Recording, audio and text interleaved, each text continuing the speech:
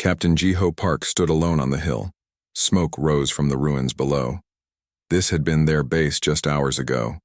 Now it was nothing but broken walls and burning equipment. The attack had come without warning. The Taral ships had appeared in the sky, and then everything was fire and noise. Jiho looked at the bodies of his fellow soldiers scattered across the ground. Some he had known for years. Some had joined his unit only weeks ago. It did not matter. Now, they were all dead. Jiho felt a heaviness in his chest. 3 years of war against the Taral had taught him to expect death, but it never got easier. He checked his suit readouts. The display on his left arm showed oxygen levels at 60%. 6 hours of air left. His location tracker was damaged, but he knew where he was. 30 kilometers from the nearest human outpost. 30 kilometers of open land controlled by the enemy. I need to move, Jiho said to himself. His voice sounded hollow inside his helmet. He began to gather what he could use. A medical kit from a fallen medic. Extra ammunition from a weapons locker that had survived the attack. A portable water filter. Each item went into his pack with careful consideration. Too much weight would slow him down. Too little preparation might mean death. As Jiho worked, the sun began to set. Long shadows stretched across the ruined base. The air grew cooler. Soon it would be night, and the Taral liked to hunt at night. Their large eyes saw better in darkness than human eyes did. Jiho needed to find shelter before then. He was checking a broken communications unit for any working parts when he heard a sound.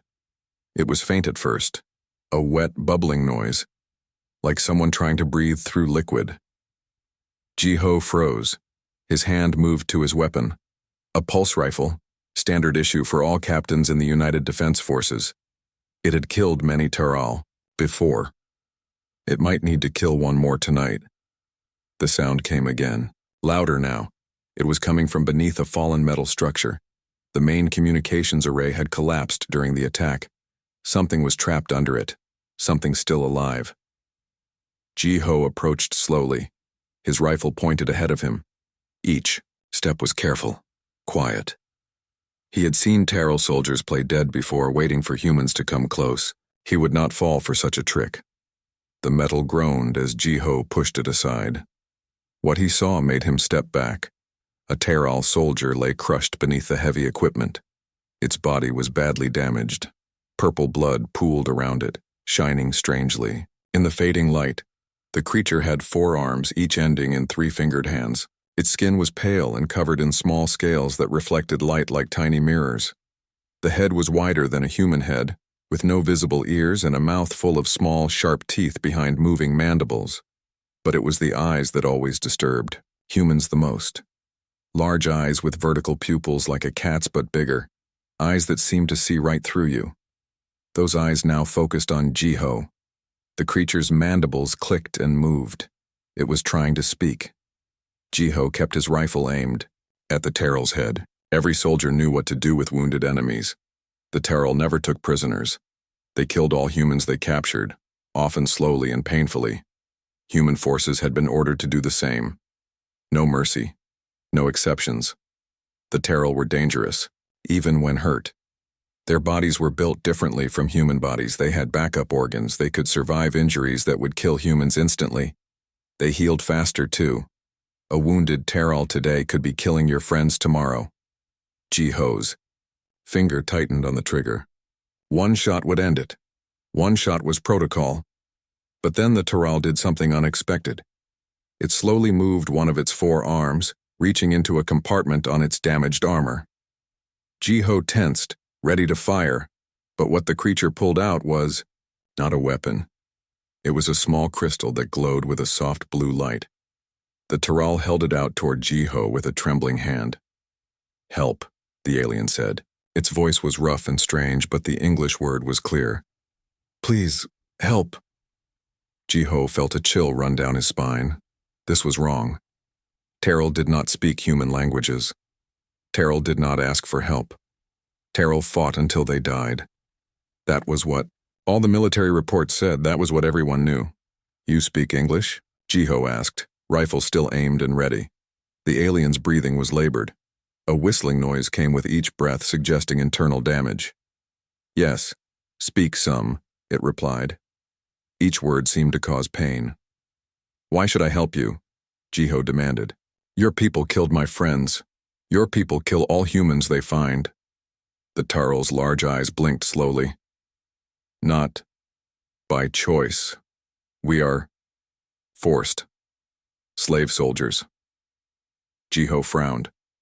This contradicted everything he had been told about the Tarl. Military.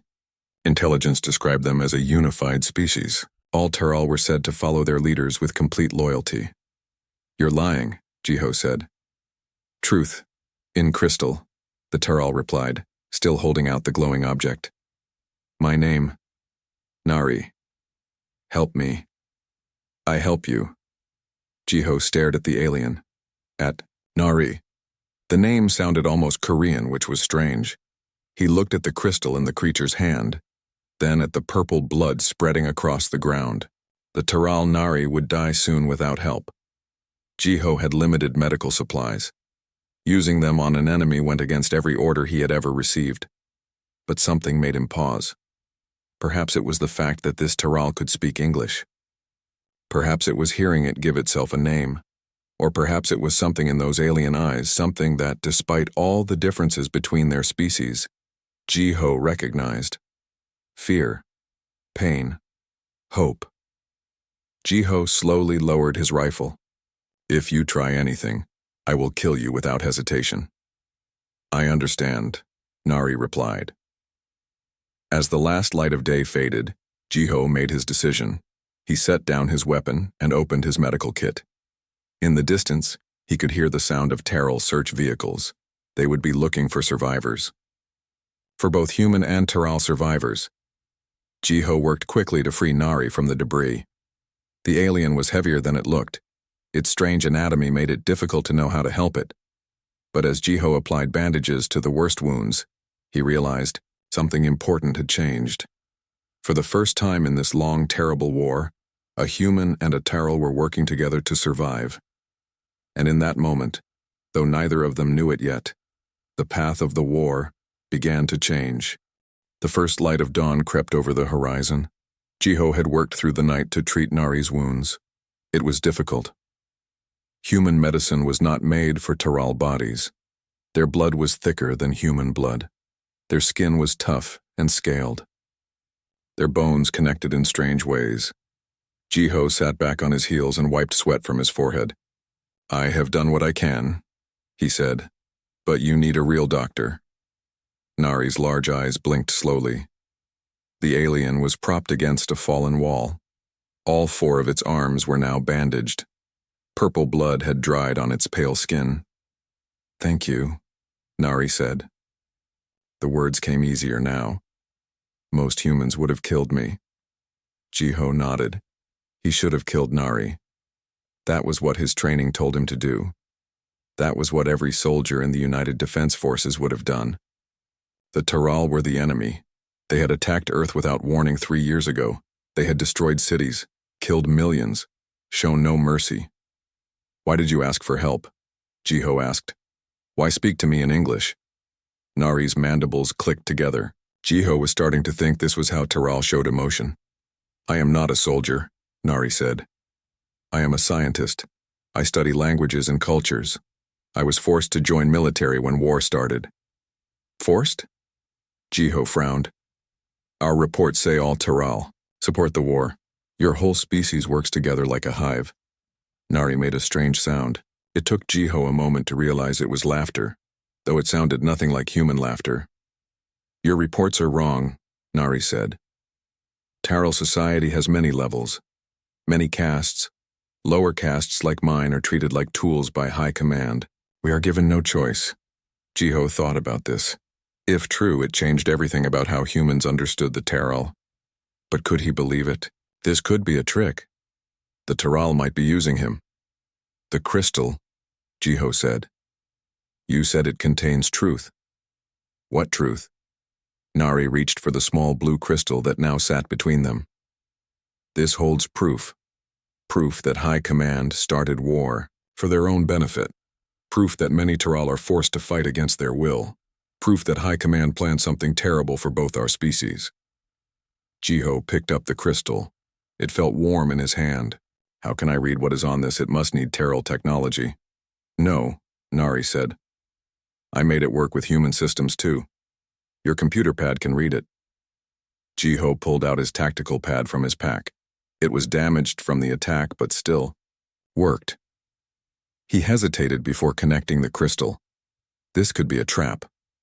The crystal might contain a virus that would attack human systems. Why did you make this? Jiho asked. Why risk your life to share this information? Nari looked down at the ground. Because many Taral die in this war too. Because High Command lies to everyone. Because I believe peace is possible if truth is known. The alien looked up at Jiho. I tried to share truth with my own people. Those who listened disappeared. High Command controls all information, all communication. I needed to find humans who would listen. Jiho thought about his options. The smart choice was to leave now. Take the crystal, but leave Nari behind. The alien was badly hurt and would slow him down. 30 kilometers of hostile territory lay between him and safety. His chances were better alone, but something told him that would be wrong. If what Nari said was true, the alien had risked everything to share this information. To abandon Nari now would be to waste that courage. We should move soon, Jiho said finally. Taral patrols will be searching the area at first light. Nari's eyes widened. We? Yes, Jiho said. We. I will help you reach human territory, but you must help me too. Tell me everything you know about Taral patrol patterns, about their technology, about how to avoid detection. I will tell you everything I know, Nari promised. Jiho helped. Nari stand. The alien was tall, nearly 2 meters in height. Its forearms made it look strange to human eyes. 2 upper arms and 2 lower arms, all thin but strong. Can you walk? Jiho asked. Nari took a few shaky steps. Yes, slowly, Jiho nodded. We will follow the river valley. It provides cover and water, but first we must leave this area. Taral will investigate the destroyed base. They will look for survivors. As they prepared to leave, Jiho noticed Nari looking at the bodies of fallen human soldiers with what seemed like sadness. You feel bad for them? Jiho asked, surprised. Yes, Nari said simply. They died thinking they protected their people. They did not know they fought in a war built on lies. Jiho considered this. What about your fellow Taral, the ones who attacked us? Most were like me, Nari said. Lower caste, given no choice, fed false information, told humans were monsters who would destroy our way of life. Nari paused. Some believe these lies. Others know truth but fear punishment. Few dare to question. They moved away from the destroyed base as quickly as Nari's injuries would allow. The morning air was cool. Birds sang in the trees nearby, seemingly unaware of the war that raged across the planet. Nature continued even as 2 species fought for control. How did you learn English? Jiho asked as they walked. I studied human broadcasts for years, Nari explained. Before war, my work was to understand humans. I believed knowledge would help prevent conflict. I was wrong. It wasn't your fault, Jiho said, surprising himself with the words. They fell silent as they heard the distant hum of Taral patrol ships. Jiho guided them into a thick stand of trees for cover. They watched as 3 small ships flew over the ruins of the base. Searchlights swept across the ground. They look for survivors, Nari whispered. They have heat sensors, can detect body heat from high above. How do we avoid them? Jiho asked. Water blocks heat signatures, Nari said. We should stay near. River, enter water if ships come close. Jiho nodded. This was valuable information, the kind that could save lives. Maybe bringing Nari along was a good decision after all. As they continued their journey, Jiho thought about what he was doing. He was breaking every rule in the book, helping an enemy combatant, believing the word of a Taral over official intelligence reports. If he was wrong, He could be leading the enemy straight to human territory. But if he was right, if what Nari said was true, then this might be the most important mission of his life. The crystal in his pocket might hold the key to ending the HFY war, to saving lives on both sides. I still do not fully trust you, Jiho admitted as they reached the river. But I believe you deserve a chance to share your information. Nari's mandibles clicked softly.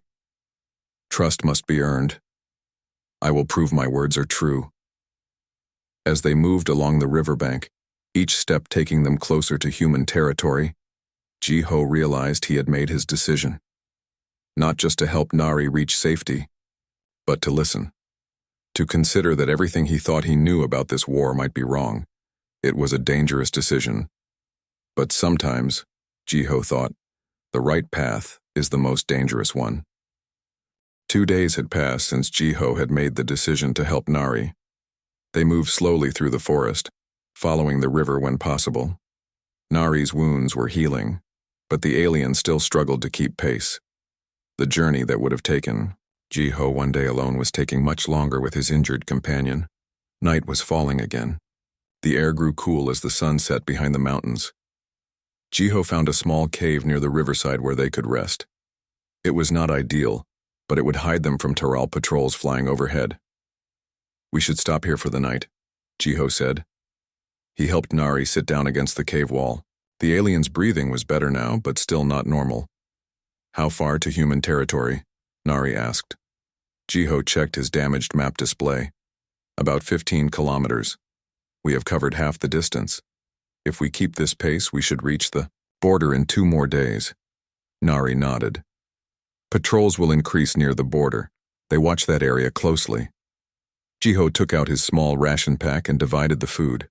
It was not much, but it would keep them going. He offered half to Nari, who took it with one of his 4 hands. Can you eat human food? Jiho asked, suddenly worried. Yes, Nari said. Most of it. Our bodies process similar nutrients. They ate in silence for a while. Jiho watched as Nari used 2 hands to break the food into small pieces before eating. It was strange to see the alien do such a normal thing as eating. I want to see what is on the crystal, Jiho said after they had finished. You said my pad can read it.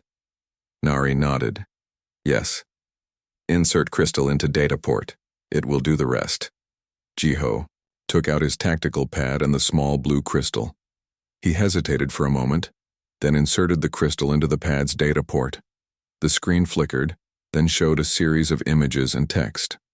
Some was in the strange angular writing of the Taral, some was in English. How did you translate this? Jiho asked. I told you. I study languages, Nari replied. I worked as translator before war. Now scroll down. See truth for yourself. Jiho began to read. The documents showed internal communications between Taral, high command members, plans for attack, strategies for controlling information, and most disturbing of all, details of a secret weapon being developed to use against both humans and lower caste Taral. This says the attacks on Earth colonies were planned years in advance, Jiho said, his voice tight with anger. It says, High Command stage fake human attacks on Taral outpost to justify the war. Yes, Nari said quietly. They created reasons to fight. They needed war. Why? Jiho asked. Why would they want this? Resources, Nari explained. Power. Control over lower castes. War keeps population afraid. Afraid people are easy to control. The alien's large eyes looked sad. Also, High Command believes only highest caste should survive and rule. They see lower castes as tools. Tools that can be thrown away when no longer needed. Jiho continued reading. The more he saw, the more horrified he became. This weapon they are building, it targets genetic markers? Yes, Nari said. It kills anyone not of highest caste. It would kill most Taral and all humans. High Command plans to use it after taking Earth's resources. They will kill their own people along with yours. Jiho set down the pad. His hands were shaking. If this information was true, the war was even worse than he had imagined. It was not just a conflict. between species. It was a plan for mass murder by a small group of Taral elite. How did you get this information? Jiho asked. I worked in communication center, Nari explained. Had access to secure files, copied what I could, planned to share with human prisoners. But High Command kills all prisoners, so I had to find another way. By getting captured yourself, Jiho said, understanding now. Not exactly captured, Nari said. I volunteered for frontline duty, planned to surrender. But attack came first. I was injured. Then you found me. Jiho felt a new respect for the alien. Nari had risked everything to share this information, to try to stop the leaders of his own species from committing mass murder. We need to get this to human command, Jiho said. But that will not be enough. How do we let other Taral know the truth? Human broadcast systems, Nari suggested. If we can send message through human networks to all planets, some Taral will receive it. Many Taral secretly monitor human transmissions. Before Jiho could respond, a low humming sound filled the air. They both froze. It was the sound of a Taral patrol craft very close. Do not move, Nari whispered. They have heat sensors, but cave walls should block them. They sat in tense silence as the humming grew louder. A bright light swept across the entrance to the cave. Jiho held his breath. The light moved on, but the humming did not fade. They are landing, Nari said, his voice barely audible. Jiho reached for his pulse rifle. How many would be on a patrol craft? 4 soldiers and 1 pilot, Nari replied. All armed. Jiho checked his weapon. It was fully charged, but taking on 5 armed Taral was not good odds, especially with Nari still injured. Can you run if needed? Jiho asked. Yes, Nari said. Not fast, but I can run. They heard voices outside now. The strange, clicking language of the Taral. Nari listened carefully. They found signs of our passage, Nari translated. Footprints by the river. They searched the area. Jiho looked around the small cave. There was no back exit. They were trapped. If they find us, I will talk to them, Nari said. Tell them I captured you.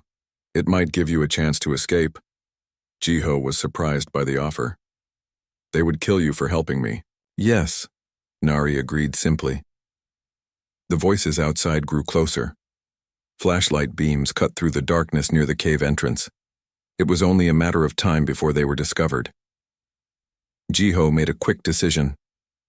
We go out the front, fast and quiet. Take them by surprise. I will fire first, create confusion. We run to the river and follow it downstream. Nari nodded. Good plan. Water will hide our trail and block heat sensors. They moved to the cave entrance. Jiho could see 3 Taral soldiers about 20 meters away searching the bushes. The patrol craft had landed in a small clearing. 2 more Taral remained with the craft. Ready? Jiho whispered. Ready, Nari confirmed. Jiho took a deep breath. Then he stepped out of the cave and fired 3 quick shots from his pulse rifle. 2 hit a Taral soldier who fell without a sound. The other shot missed. Immediately, the night erupted in chaos. The Taral shouted in their clicking language. Return fire lit up the darkness. Run! Jiho shouted. He and Nari raced toward the river. Pulse blasts hit the ground around them. One grazed Jiho's shoulder, burning through his uniform. The pain was intense, but he kept running. They splashed into the cold water of the river. It was fast-moving, but not too deep. They waded downstream, keeping low. Behind them, Jiho could hear the Taral soldiers calling to each other. The patrol craft's engines started up. Its searchlight swept across the river, but Jiho and Nari were already around a bend and out of sight. They continued through the water for an hour before finally climbing out on the far bank. Both were cold and exhausted. Jiho's shoulder wound. Was painful but not serious. They will search for us, Nari said, looking back the way they had come. Yes, Jiho agreed. But they do not know exactly who they are looking for. They saw a human soldier. They may not have seen you clearly. We should keep moving, Nari suggested. Put more distance between us and them before daylight. Jiho nodded.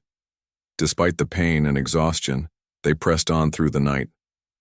The information they carried was too important to risk capture. Too many lives depended on their success. As the first light of dawn appeared in the sky, Jiho realized something had changed. He no longer thought of Nari as the alien or the Taral. Somewhere during their journey, Nari had become simply a person, a brave person fighting against the leaders of his own kind to save lives. And for the first time since the war began, Jiho felt real hope that peace might be possible. The morning sun filtered through the trees as Jiho examined his shoulder wound. The Taral pulse blast had burned through his uniform and left an angry red mark on his skin. It hurt when he moved his arm, but at least the wound was not deep. "Let me help," Nari said, approaching with some leaves in his hands. "These plants have healing properties. They will reduce pain and prevent infection." Jiho watched as the Taral crushed the leaves into a paste. It was strange to see those 4 arms working together so efficiently. Nari applied the paste to Jiho's wound. It felt cool and soothing. "Thank you," Jiho said. "How do you know about earth plants?" "Part of my research," Nari explained. "I studied many things about Earth: plants, animals, languages, culture. I wanted to understand humans." They had found shelter in a dense forest after escaping the Taral patrol. According to Jiho's map, they were now just 10 kilometers from the human border. But 10 kilometers of heavily patrolled territory would not be easy to cross. "We should rest here today," Jiho suggested. "Move again at night. There will be more patrols looking for us now," Nari agreed. "I need to show you more from the data crystal. Important information about border defenses." Jiho took out his tactical pad again and inserted the crystal. Nari guided him through more files, showing maps of Taral defensive positions along the border. This information would be extremely valuable to human forces. "How did you get these military files?" Jiho asked. "You said you were a scientist, not a soldier." "When war started, all Taral with technical skills were assigned to military projects," Nari explained.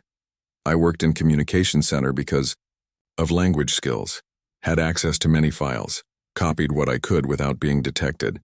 As they reviewed the files, Jiho realized how much risk Nari had taken. "If you were caught doing this, what would have happened to you?" "Public execution," Nari said simply. "High command makes examples of traitors, kills their entire family, groups too, to prevent others from considering same actions." Jiho was shocked. "They would kill your family for what you did?" "Yes," Nari said. His large eyes looked down. "My family group is already gone. They spoke against the war at the beginning.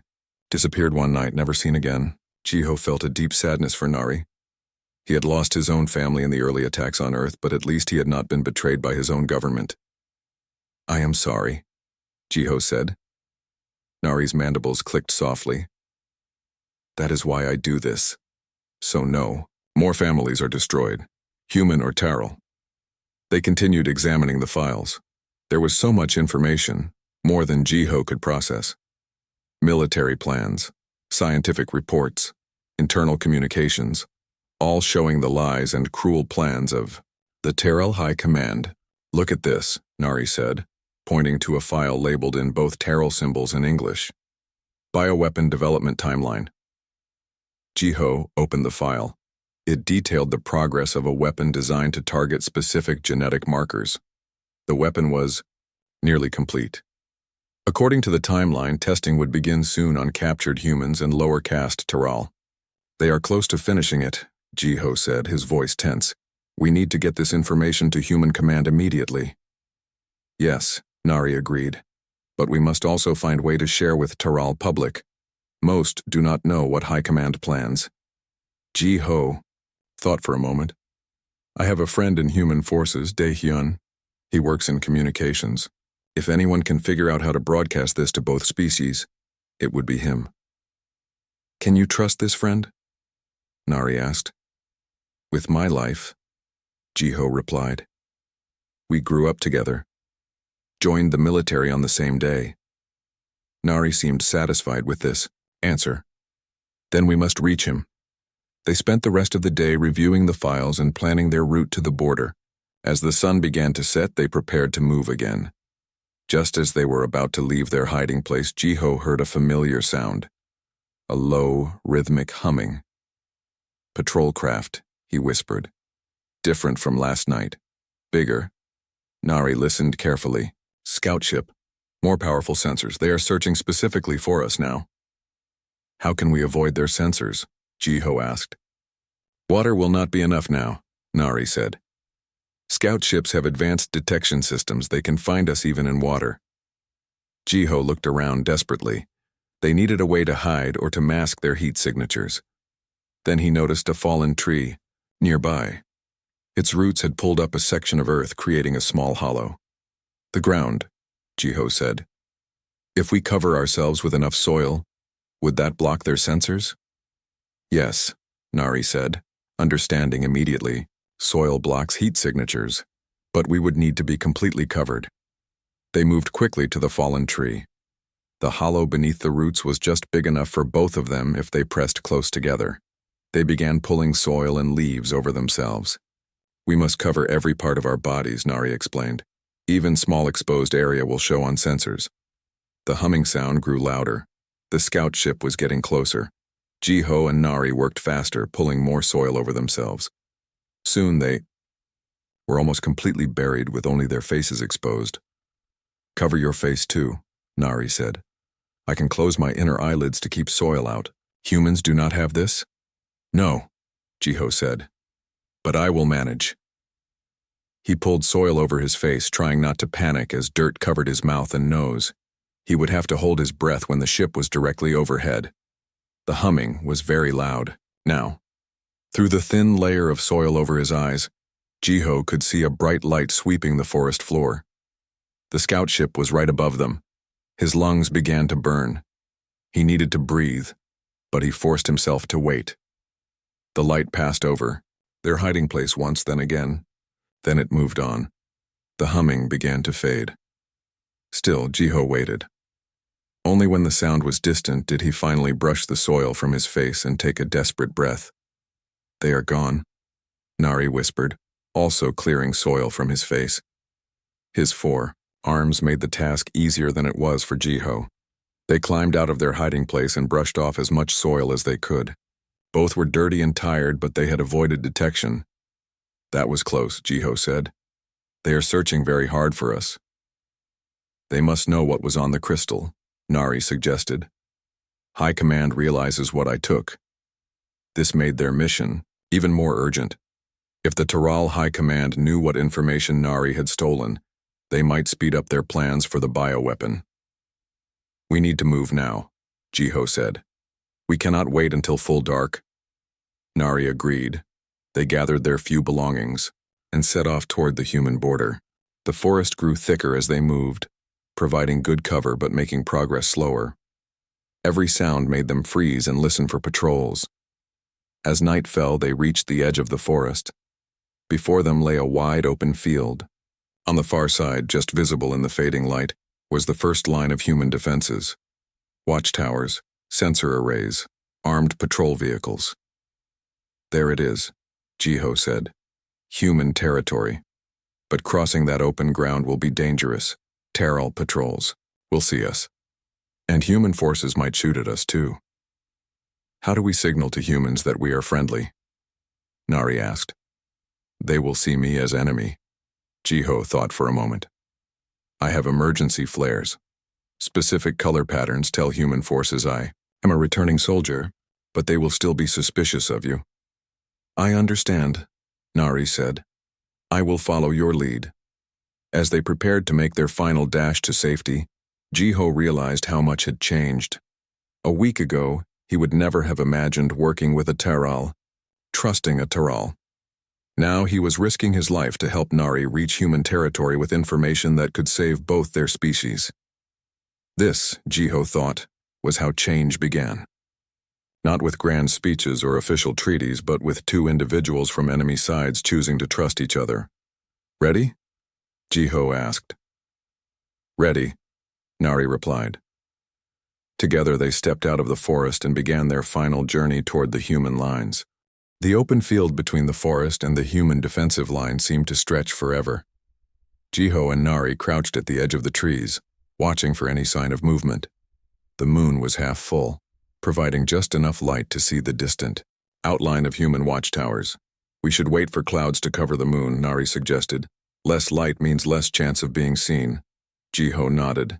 Good idea. But we must be careful of human motion sensors. They will detect anything moving near the border.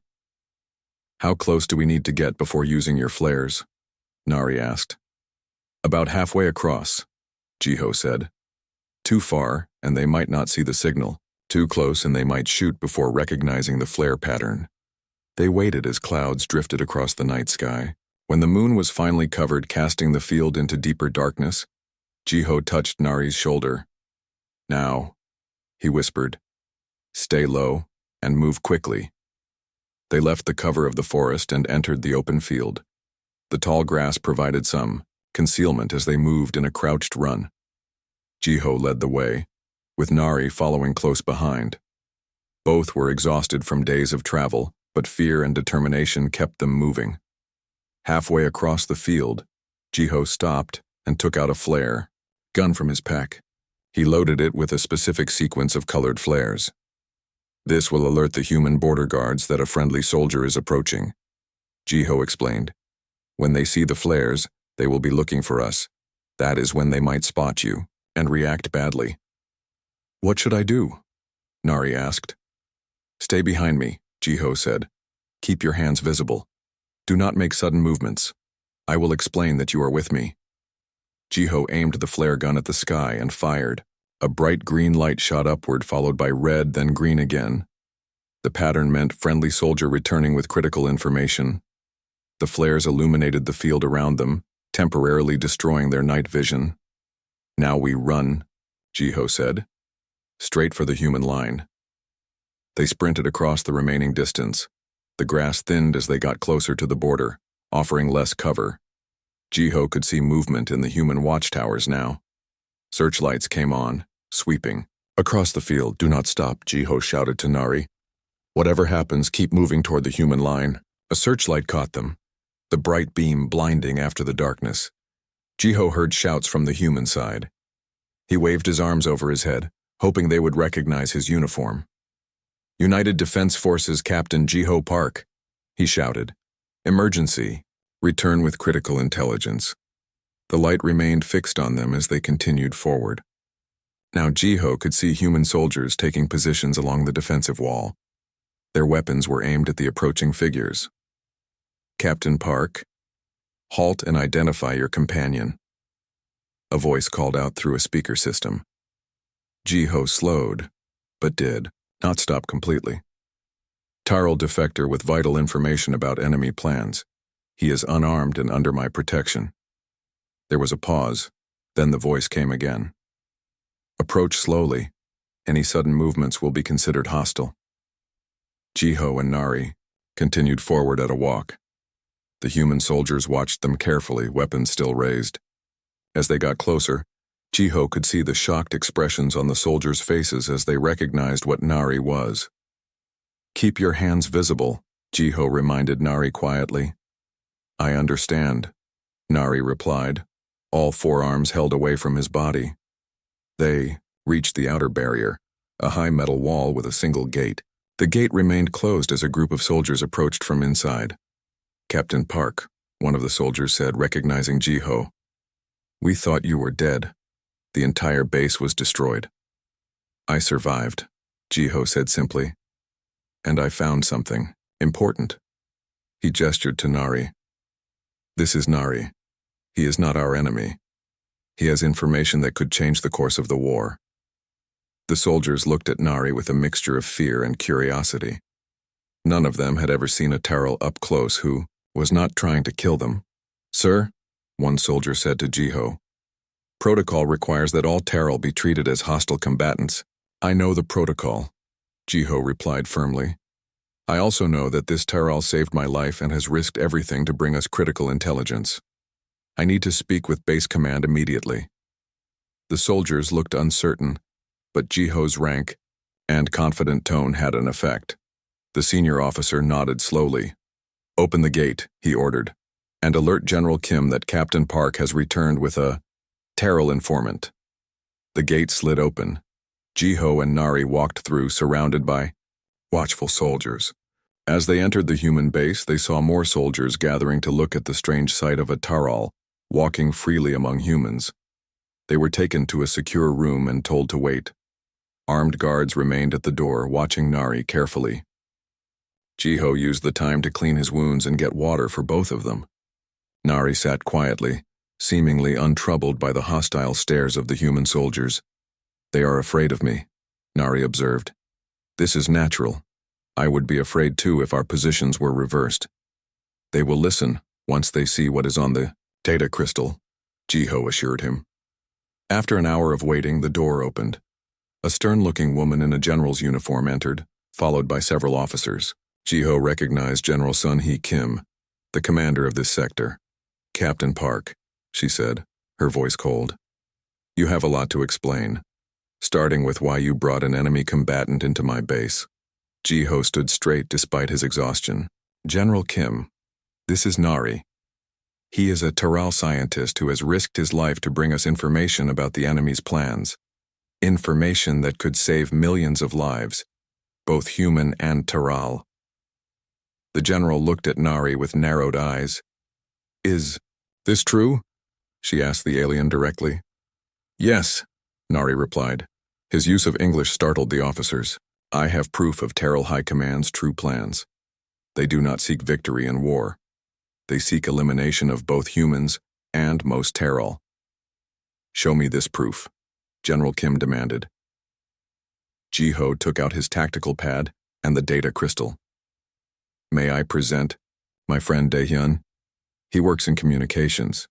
He will understand the technical aspects of this information better than anyone." General Kim nodded.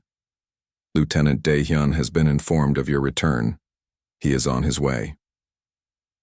Minutes later, the door opened again and a young man in a communications officer uniform rushed in. When he saw Jiho, his face lit up with surprise and joy. "Jiho!" Daehyun exclaimed. "You are alive!" The two friends embraced briefly before turning back to the matter at hand. Jiho handed the tactical pad and crystal to Daehyun. "This contains information about the enemy's plans," Jiho explained, "including details of a bioweapon targeting both humans and most Taral. Nari risked everything to bring this to us." Daehyun looked at the Taral with undisguised curiosity, then focused on the pad. He began accessing the files, his expression growing more serious with each minute. "General," he said finally, looking up. "This is real. The encryption is authentic Taral military code. These are genuine internal communications, and if they are accurate—" He paused, his face pale. "We have very little time before the High Command deploys a weapon that could end both our species." "General." Kim studied Daehyun's face, then looked at Nari. "Why would you betray your own kind?" she asked directly. "I do not betray my kind," Nari replied. "I try to save them. High Command does not represent all Taral. They are a small group who control through fear and lies. Most Taral do not know truth about war or about weapon." The general considered this for a long moment. Then she made her decision. "I need to contact Allied Command immediately. Lieutenant Daehyun, prepare a secure channel. Captain Park, you and the Taral will join us for this briefing." Over the next hours, Jiho and Nari explained everything to increasingly higher levels of human military command. Daehyun verified the data and translated technical details. The initial disbelief gave way to grave concern as the reality of the situation became clear. 3 days later, Jiho stood with Nari and Daehyun in the main communications center. They watched as technicians prepared for the most important broadcast in human history. "Will it work?" Jiho asked Daehyun. "The plan is solid," Daehyun replied. "We will use the Taral communication relays that Nari gave us access to. The broadcast will reach both human and Taral populations simultaneously. They will not be able to block it in time." "And the message?" Jiho asked. "Simple truth," Nari said, "with proof that cannot be denied. My voice speaking to my people, your voice speaking to yours. Together." The broadcast began an hour later. Across human colonies and Terral worlds, regular communications were interrupted. The faces of a human soldier and a Terral scientist appeared on screens. Together, they told the truth about the war. They showed the evidence of the High Command's lies. They revealed the plans for the bioweapon that would kill billions. The response was immediate and powerful. On Terral worlds, the lower castes rose up against their leaders.